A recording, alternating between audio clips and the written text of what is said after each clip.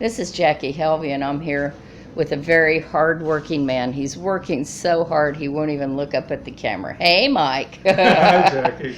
This is Mike Riog, and most people around here know him as a metal sculptor, and he's sculptor, and he's working on some pieces right now, and he has some fabulous pieces here at his studio and out in his yard in downtown Carborough. It's not downtown, is it? It's cat a corner from Town Hall. Pretty close Kinda. to downtown. Yeah. Not hard. It's just 3 blocks up from the farmers market. So. Yeah, and I think everybody has probably driven by here and seen your stuff and said, if they don't already know, wow, whose house is that? Because it's just a wonderful showcase for your work. So I told you I wanted to talk a little bit today about the Open Studio Tour because that's coming up.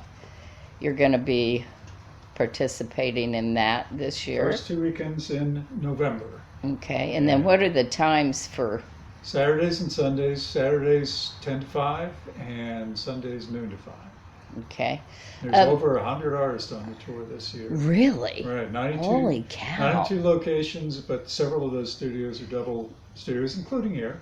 With That's, Clay, you know. yeah, and you're married to Clay Carmichael, who That's right. is also an artist. That's way more than usual, isn't it? It's got.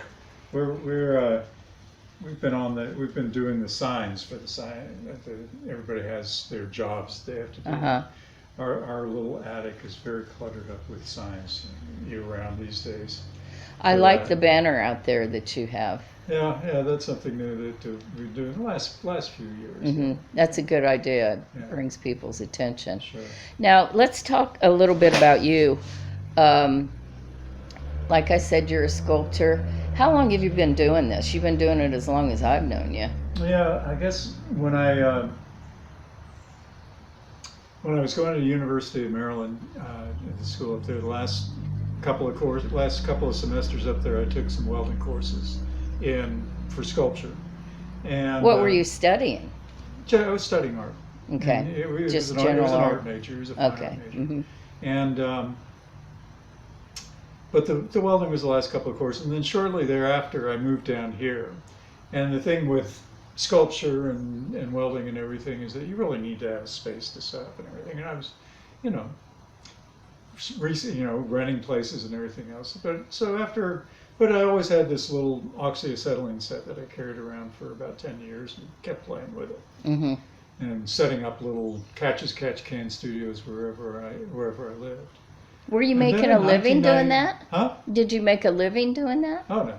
No. Oh, Okay. no. I was So it was wearing- kind of a I was hobby wearing at that. lots of hats during those days to try Right. and scramble together a living. I was running silk screen shops and picture framing shops and all the skills that I'd picked up periphery to making art. That was how I was going to make a living. Mm-hmm. Call it that. Putting bread on the table. Right. And then in 1995, I got an emerging artist grant from the Durham Arts Guild and bought my first electric welder. Wow. And then shortly thereafter, I was able to kind of finally get settled enough that I was, had a permanent place to do my work and set up my first studios for that. And it's kind of been growing ever since then. I think I met you at the Art Center maybe 20 or so years ago. Oh, Maybe longer than that. Probably might have There, been it was an longer than auction. It was an art auction that. Yeah, that night, yeah. yeah. So we mentioned your wife, Uh-huh. who is on the tour with you. That's right. What kind of stuff is she going to have? Well, she does pen and ink and watercolor illustrations for. Started off doing it for children's books, but she's really kind of. It's been a while since she's done a picture book, but she's just continued to create these great standalone pieces that she turns into cards and prints. Yeah, I and love things her like cards, that. and everybody who gets them from me loves them too. Yeah, They're just, a lot of them are animal themed. A lot of them still have that kind of picture book quality about them, as far as those animals are often anthropomorphized.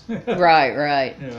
Yeah. So if you do a lot of commission work also.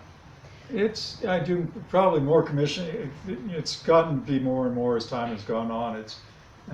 Commission work is not my favorite thing to do, and simply because I like to invent things as I go along. And, Right. you know, when you're doing commissions, then you kind of have to handhold and kind of get the idea pretty well nailed down ahead of time, which means then you're stuck kind of like creating something where you're already are 100% sure where it's going.